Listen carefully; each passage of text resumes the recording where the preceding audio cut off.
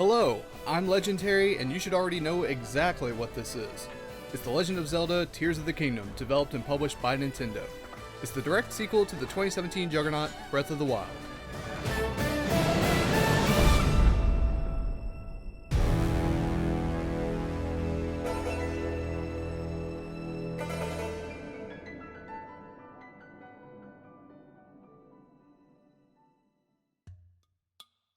I am a lifelong Legend of Zelda fan, and I'm going to say something pretty controversial. Breath of the Wild was not my favorite Zelda game, and honestly, it's pretty middling on my big list of Zelda titles. Whoa. Now hold on. I never said it was bad, it's just different. To me, Breath of the Wild was a really fun sandbox, but it didn't have the same tightly knit gameplay loop of its predecessors, and it sidelined the narrative that should have really tied things together.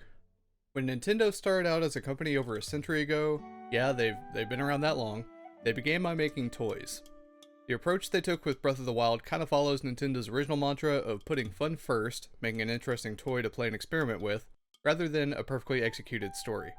Myself, being a person that favors smart and inventive writing that the player experiences firsthand, found it to be not as strong of a package as it could have been. Most of the cool stuff already happened 100 years in the past, and you only got to see it through the lens of optional cutscenes. So, how does Tears of the Kingdom remedy this? Spoilers for the opening to Tears of the Kingdom are imminent, so if you'd rather play through it yourself, skip to the timecode on screen now.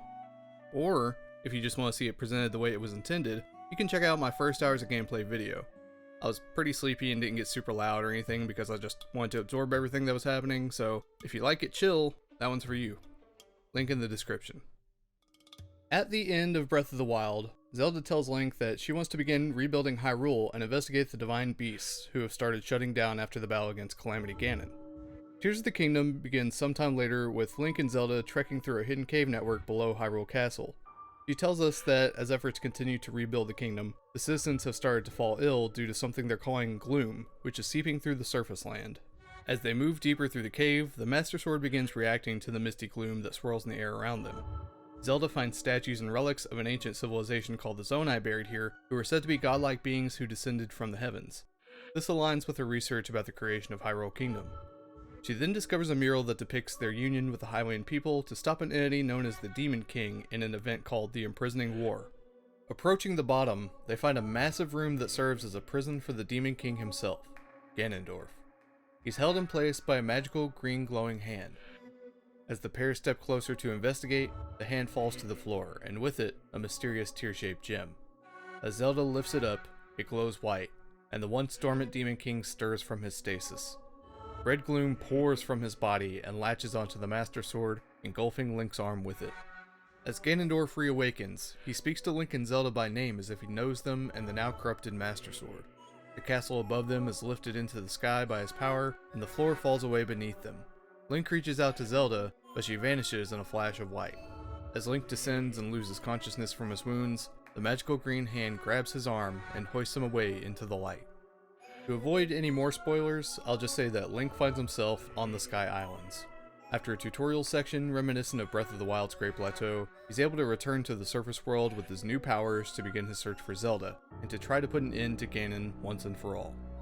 I am absolutely in love with the way they toss you right into the story.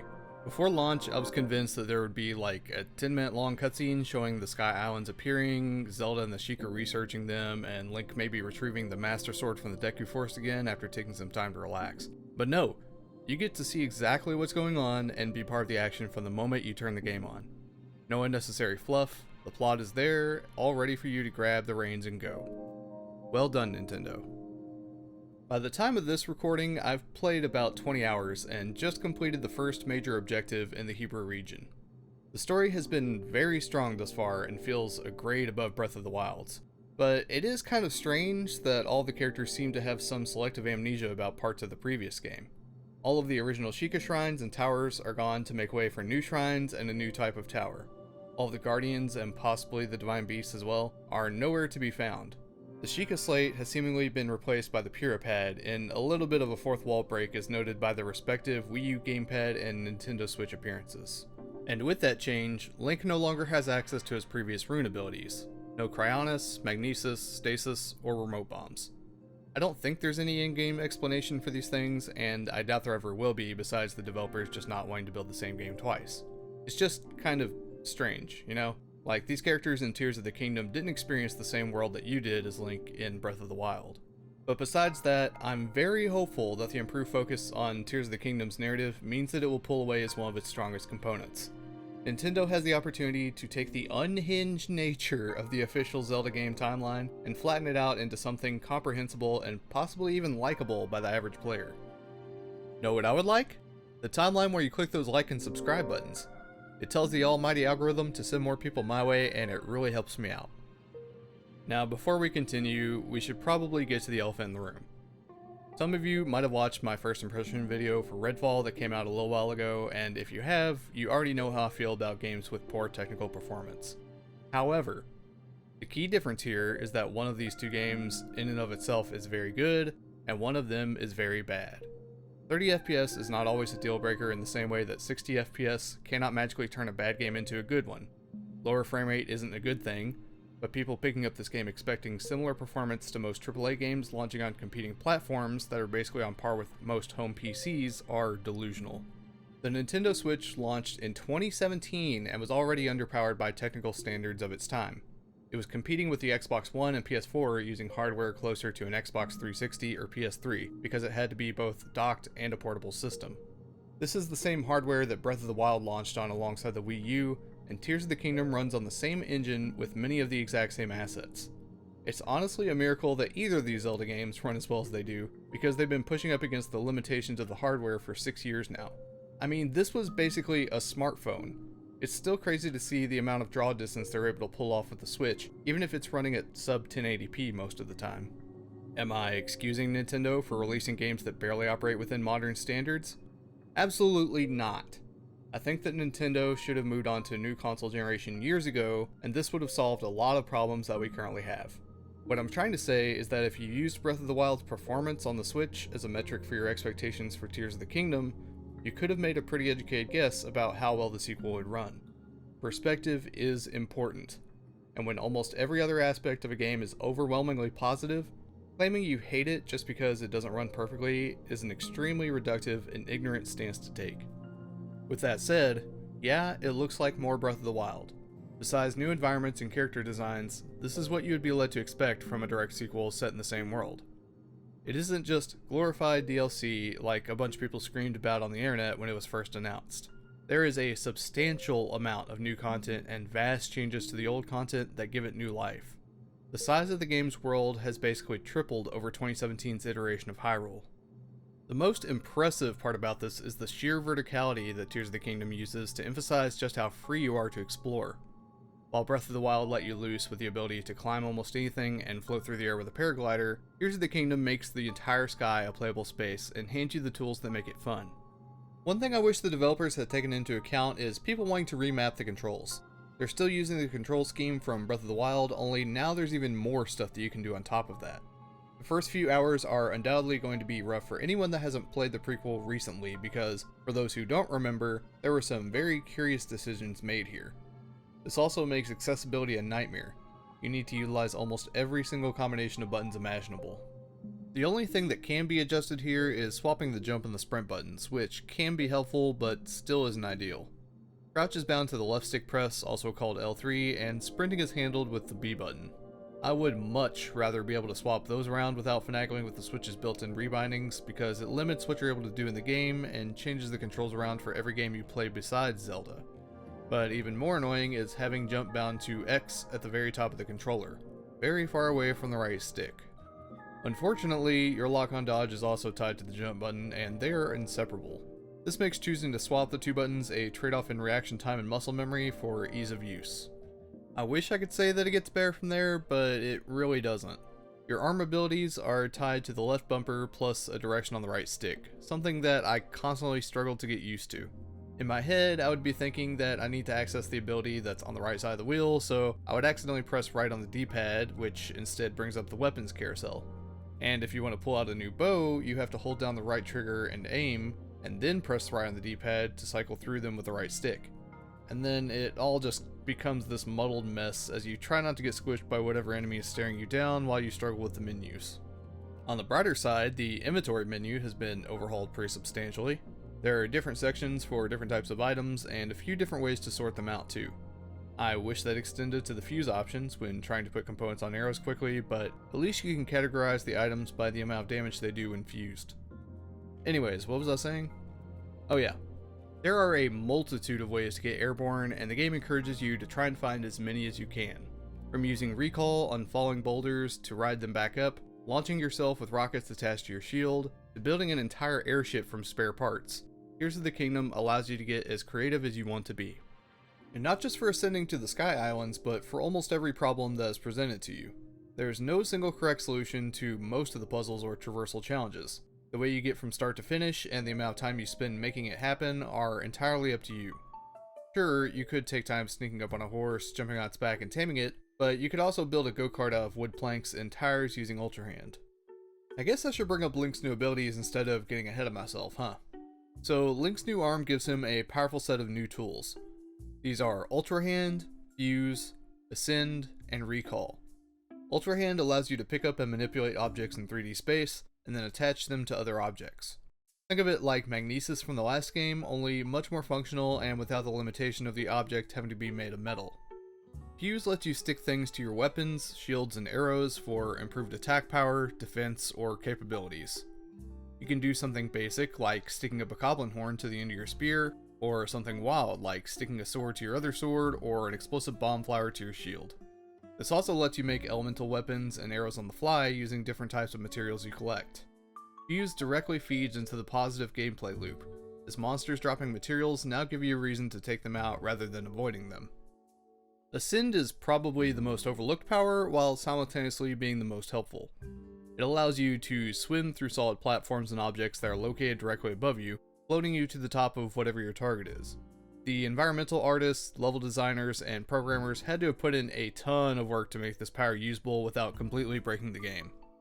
Last but not least is Recall, which gives Link the ability to temporarily reverse the flow of time for a given object. If something moves and you cast Recall on it, that object will rewind back to its original position a few moments prior. It also has a lot of utility in combat where distant enemies might throw or shoot things at Link and he can return them to sender. If you're clever enough, you can even set up obstacles for your enemies to run into by combining the power of Ultra Hand to swing hazardous items around in the air before casting Recall on them. Which, yeah. Some people have taken in some, shall we say, uncomfortable directions already.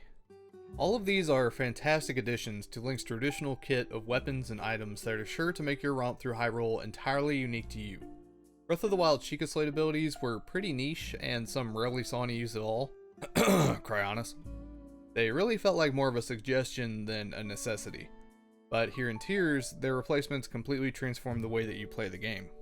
That also applies to the durability system, something that many players of Breath of the Wild found to be a detrimental nuisance to their experience.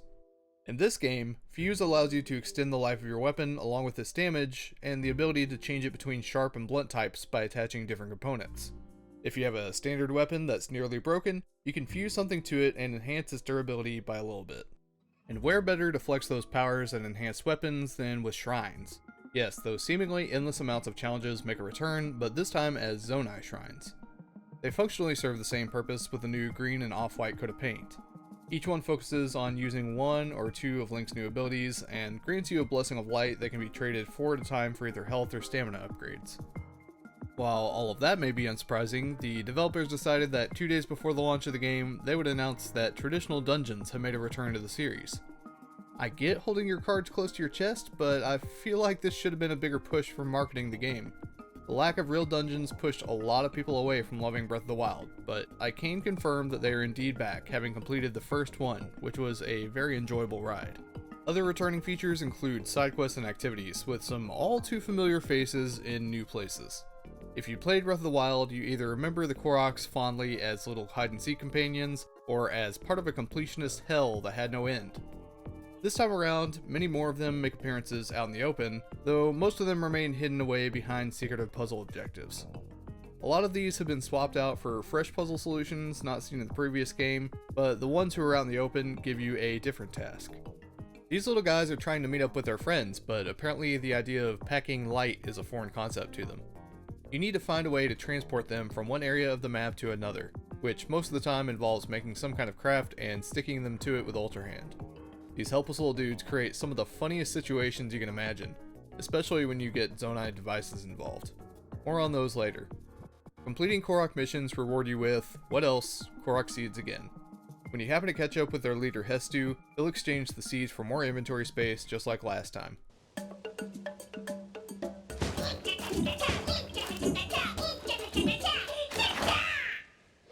Absolutely love that guy.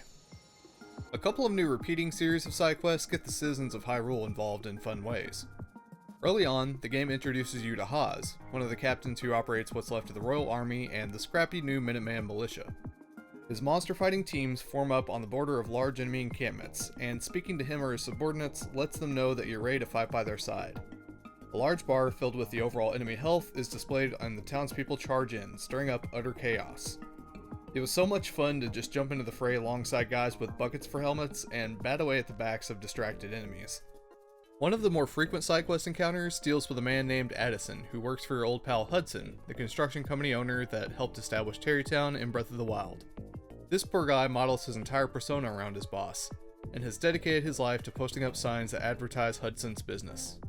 Even though he works for the construction company tirelessly, this guy is no Bob the Builder. His signs never stay standing upright for long. You need to construct a support structure around the base of the sign that holds it up long enough for him to let go, giving him the chance to nail it down properly with some extra planks. I wouldn't mind helping this guy so much if it weren't for the fact that he dropped a sign on my horse and then tried to blame me for his own f***ing clumsiness. You know, what a class act. I can't wait to tell his boss what a real piece of shit he is. Combat remains unchanged for the most part. All of the original moves you remember are there, including the perfect parry and the perfect dodge to flurry rush attack. The largest augmentation comes when you mix in your abilities. I already mentioned some of these tactics earlier, but there really are some crazy things you can accomplish by using them wisely, and they all have applications that make sense. Ascend can be used to reach enemies on tall platforms or to get a better view on them before raining down arrows. There are dozens of helpful things you can fuse to your weapons and shield to knock enemies back, freeze them, confuse them, or even make a quick escape when necessary. The possibilities are practically endless. There's another big aspect to Tears of the Kingdom that the developers have been very hush-hush about, which I do understand. It's kinda better to leave this part as a surprise, so I'll only say this. There is more to see than what the trailers teased. Within the first 5 to 6 hours of questing, you'll get to see what I mean. Cooking returns with some brand new ingredients and recipes to try out. It's all a pretty standard affair with the addition of recipe cards that you can pull up at any time by cycling through your cooked foods or ingredients and pressing a button to see what else you've made using them. Cooking has also been made easier with the inclusion of one-time use cooking pot Zonai devices that you can carry around wherever you go. I haven't even got to explain what Zonai devices are yet. Christ, did I mention this game is big? It's really big. So anyways, Zonai devices are leftovers from the once great civilization in the sky who have since faded into obscurity. Their technology was super advanced, and is actually what the Sheikah technology like Guardians in Breath of the Wild were based on. They used a resource called Zonite Ore to build and create batteries that power these creations, and Link receives his own battery bank at the start of the game to get things moving. These can slowly be upgraded during your playthrough, just like the health and stamina meters, albeit with a different method. You can collect raw Zonite from ore deposits on the Sky Islands and in caves, which can be further refined at a forge for extra juice. You can also replenish your expended energy by consuming Zonite charges, materials dropped from Zonite construct enemies scattered across the world. They're not in short supply, and you can even trade your extra materials for more Zonite device capsules from big gachapon machines that occupy the Sky Islands. These capsules can be carried around freely in your inventory, but as soon as you pull one out, you can no longer put it away. So what exactly are these devices anyways? Well, they're mainly objects that create some kind of moving force or energy. Things like fans, rockets, tires, gliders, flame emitters, and more. Generally, you can use these to create vehicles to get around Hyrule, but you can also combine parts in other ways. For example, you can create a trap by combining 2 sets of tires stacked horizontally and attaching flame emitters to the outside that spin around when activated with an arrow. The most fun part of the game is just sitting down and tinkering with ideas to see what works. I think you'll be pretty surprised with the results most of the time. But that's not the only thing that's fun. The Legend of Zelda series has long been proclaimed as one of the forefathers of fantastic video game music. When the very first game was created, its overworld theme became an instant classic. Since then, the series has only grown to harbor more and more bangers that will loop endlessly in fans' heads at the sheer mention of their name. Epona's Song, Song of Storms, Palace Theme, Dragon Roost Island, Midna's Lament. I can guarantee that someone out there is humming along to one of these right now. While Breath of the Wild took a very subdued approach with its soundtrack, choosing to punctuate gameplay moments with light piano melodies and placing a few remixes of old tracks in important locations, Tears of the Kingdom's music takes a much more active role. Most of the tunes from the first game are still here in one way or another, but they're bolstered by an amazing list of new orchestrations. All of the cutscenes, the newly explorable areas, and the dungeons are accompanied by a brilliant, emotion-filled score that makes Tears of the Kingdom feel like a true cinematic masterpiece. And some of the older songs are remixed even further, where the musicians were able to change the tone of the pieces to match the new circumstances that the world of Hyrule now faces. Let me tell you, if you thought going to Rito Village in Breath of the Wild and hearing a remix of Wind Waker's Dragon Roost Island track was cool, you are going to have an absolute blast this time around. To say that I've enjoyed my time with Tears of the Kingdom so far would be an understatement. I am infatuated and borderline addicted to playing this game.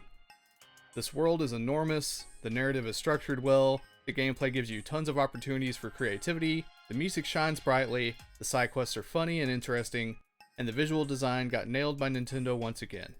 Tears of the Kingdom knocked my expectations out of the park, and I can wholeheartedly recommend it to anyone looking for a worthwhile adventure.